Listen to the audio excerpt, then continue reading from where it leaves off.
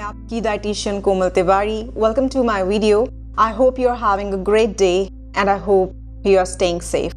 So today's video is about a very common problem which is usually encountered by most of people in their routine life. It's acidity, acid reflux. Now what causes acidity? जब stomach का जो acid है वो वापस आपके oesophagus में I mean food pipe में आ जाता है, that gives you the symptoms of acidity. Acidity के symptoms ज़्यादातर लोगों के लिए कॉमन ही होते हैं. ये होते हैं हार्टबर्न की feeling, burning and pain in stomach and throat. ज़्यादा एसिड बन रहा है तो थ्रोट में स्वेलिंग भी कॉज कर सकता है. आपको घबराहट जैसी फीलिंग हो सकती है, इंडाइजेशन हो सकती है, very frequent and unexplained burping and hiccups and regurgitation मतलब जो वापस आपको अपने माउथ में एक बिटर जो एसिड जैसा टेस्ट है वो फील होता है. वो जो एसिड है वो वापस वो मुंह आपके माउथ में आ गया. सो वो ये वाली फीलिंग जो है वो आपको देता है. एसिड रिफ्लक्स के जो मेन कॉजेज हैं वो 3 मेन कॉजेज हैं. फर्स्ट कॉज है आपकी wrong eating habits, wrong food habits. उसका सेकंड रीज़न है आपकी lifestyle choices, I mean wrong lifestyle choices. And the third reason is stress. अब हम वन बाय वन इनको डिस्कस करेंगे. सो फर्स्ट ऑफ ऑल आपकी ईटिंग हैबिट्स. इसमें सबसे पहले अगर आप हाईली प्रोसेस्ड फूड जो है वो कंज्यूम कर रहे हैं तो आपको फॉर श्योर एसिडिटी जो है वो होगी ही होगी. इसके अलावा आप अपने मील टाइमिंग्स की कोई फिक्स्ड रूटीन नहीं है, आप उनमें बहुत ज़्यादा लंबा गैप डाल रहे हो और आफ्टर अ लॉन्ग गैप जब आप मील ले रहे हो तो वो एक बहुत ही ज़्यादा हैवी मील है, डेफिनेटली आपको एसिडिटी होगी ही होगी. देन समटाइम्स ऐसा भी होता है कि लोग जो है वो बहुत रात के टाइम में बहुत लेट डिनर लेते हैं या फिर जो सोने से पहले कुछ खा लेते हैं. That also gives acidity. Spicy foods का इंटेक जो है वो एक बहुत मेजर फैक्टर है एसिडिटी के लिए. देन डाइट लो इन फाइबर. जब आपकी डाइट में फाइबर की कमी होती है तो आपका जो डाइजेशन है वो प्रॉपरली वर्क नहीं करता है. Then emotional eating. समटाइम्स हमारे कुछ इमोशनल इश्यूज या स्ट्रेस के साथ रिलेटेड कुछ इश्यूज रहते हैं तो उसकी वजह से हम माइंडलेस स्नैकिंग करते हैं. कुछ लोग माइंडलेस स्नैकिंग करते हैं. That also leads to acidity. And then another important choice जो कि रॉन्ग चॉइस है वो है excessive intake of chai and coffee. लोग दिन में 2 से ज़्यादा बार, 3, 4, 5 बार चाय और कॉफ़ी लेते हैं. जैसे आजकल विंटर्स हैं तो लोगों का जो ये कैफीन का कंजम्पशन है बहुत ज़्यादा बढ़ जाता है. That also leads to acidity. Another important factor behind acid reflux is eating your food very hurriedly. हमारा लाइफस्टाइल ऐसा हो चुका है कि लाइक हम अपने खाने को ज़्यादा इम्पोर्टेंस नहीं देते हैं, हम ज़्यादा इम्पोर्टेंस देते हैं काम करने को. और हमेशा मल्टीटास्किंग जो है वो हमारे माइंड में रहती है कि हम एक ही टाइम पे ये भी कर रहे हैं वो भी कर रहे हैं. Sometimes we see that people are working on their laptops और डेस्कटॉप्स और साथ साथ में वो अपना जो ब्रेकफास्ट है या मील है वो कंज्यूम कर रहे हैं. सो उससे क्या होता है कि आप एक तो फटाफट से खा रहे हो एंड सेकेंडली आप डिस्ट्रैक्टेड ईटिंग कर रहे हो.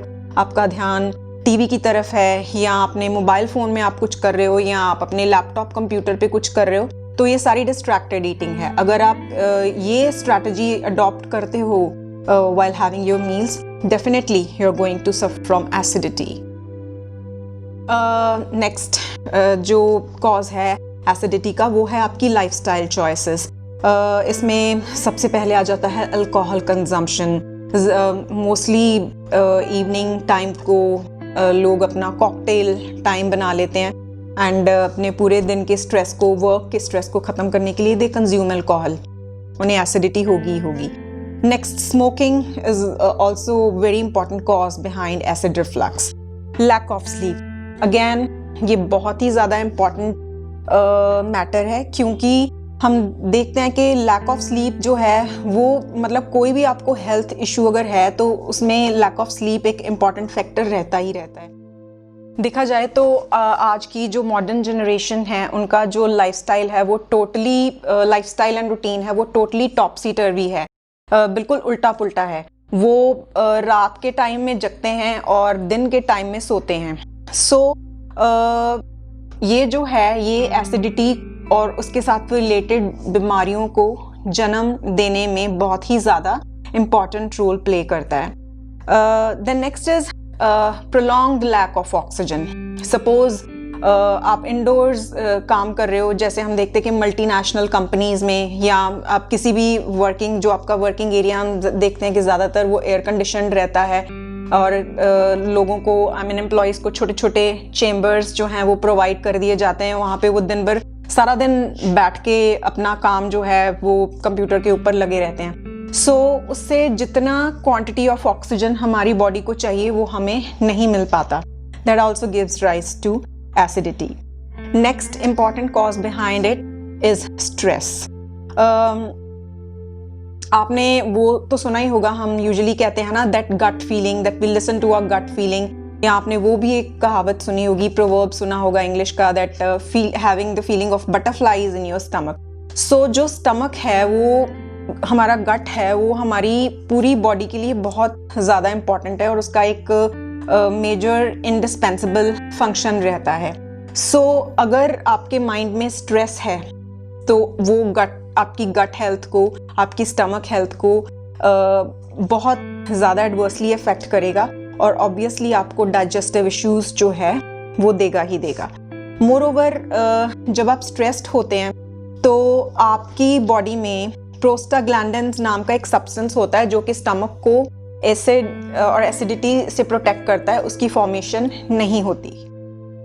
सो इफ लेफ्ट अनट्रीटेड, जो स्टमक एसिड है वो हमारी पूरी बॉडी को डिस्कम्फर्ट प्रोवाइड करता है, हमारी रूटीन को डिस्टर्ब करता है और ये बॉडी में और बहुत सारी डिजीजेस को जन्म दे सकता है। Severe acidity can lead to GERD, that is gastro oesophageal reflux and arthritis. और भी हमारी जो बोन हेल्थ है उसको भी एडवर्सली अफेक्ट करता है, बिकॉज जो एसिड है वो हमारी बोन्स में से कैल्शियम को लीच आउट करता रहता है।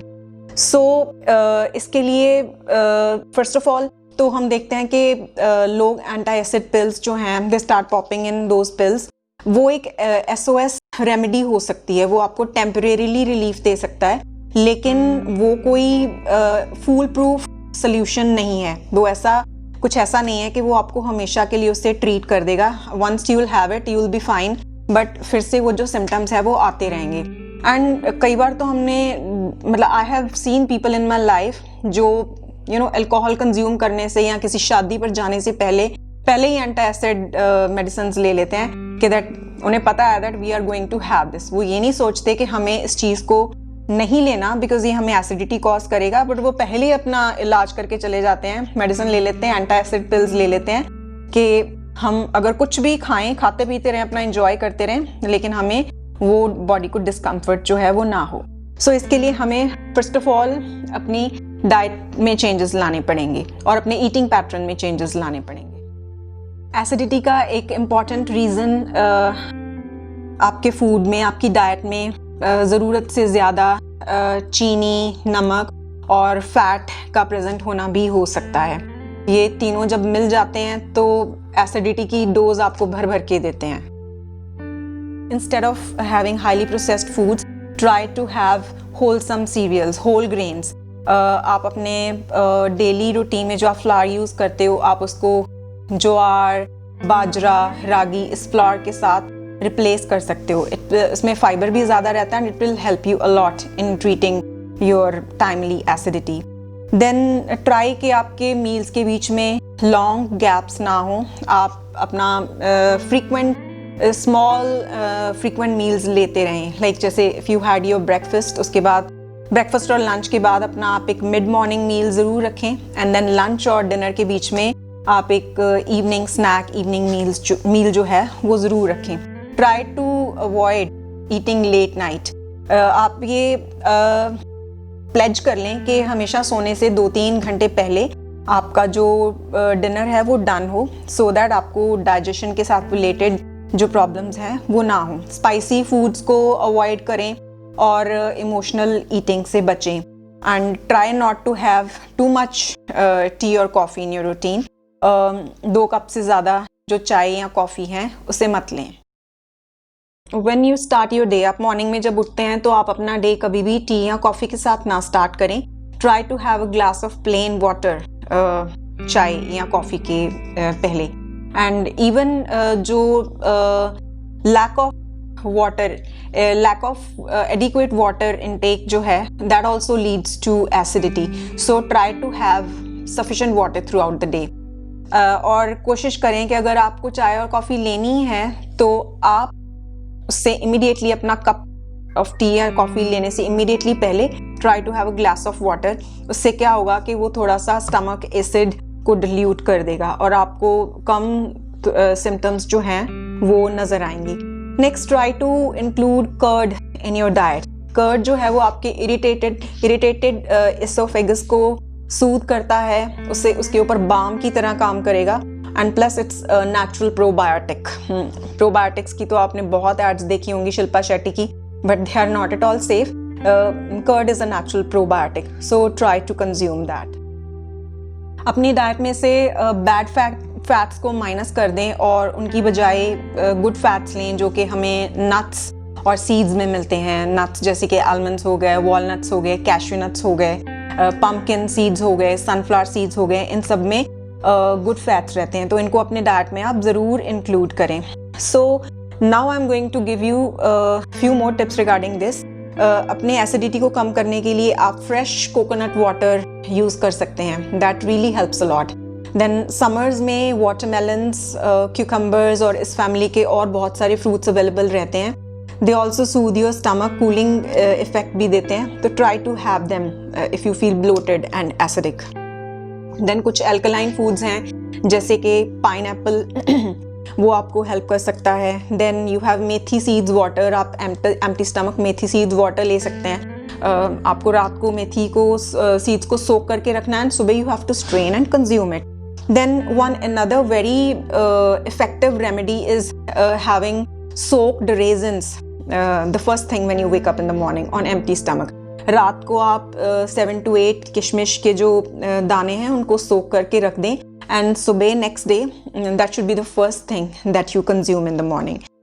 Then जब आप स्पाइसी फूड ले, अगर सपोज आपको लेना ही है, आप ले रहे हो एंड उसके साथ try to have buttermilk. वो क्या करेगा कि वो एसिड के इफेक्ट को कम कर देगा. इसमें लैक्टिक एसिड, बटर मिल्क में लैक्टिक एसिड रहता है, वो आपकी एसिडिटी को बैलेंस कर देगा. Now it's time to tell you the worst foods that you must always avoid अगर आपको ये प्रॉब्लम है तो. उसमें आती है आपकी, फर्स्ट ऑफ ऑल आपको पता ही है मैं क्या बोलने वाली हूँ, चाय या coffee, chocolate, peppermint. Then oranges आते हैं इस लिस्ट में, टोमेटोज आते हैं. और सबसे इम्पॉर्टेंट पॉइंट, जिन लोगों को ये प्रॉब्लम रूटीन में रहती है उन्हें अपनी दाल में, सब्जी में जब वो कुक कर रहे हैं तो उन्हें बहुत ज़्यादा बड़े बड़े तड़के जो है वो नहीं लगाने चाहिए. They should try to avoid that. और बहुत ज़्यादा स्पाइसेस जो हैं वो अपनी करीज़ में नहीं ऐड करने चाहिए.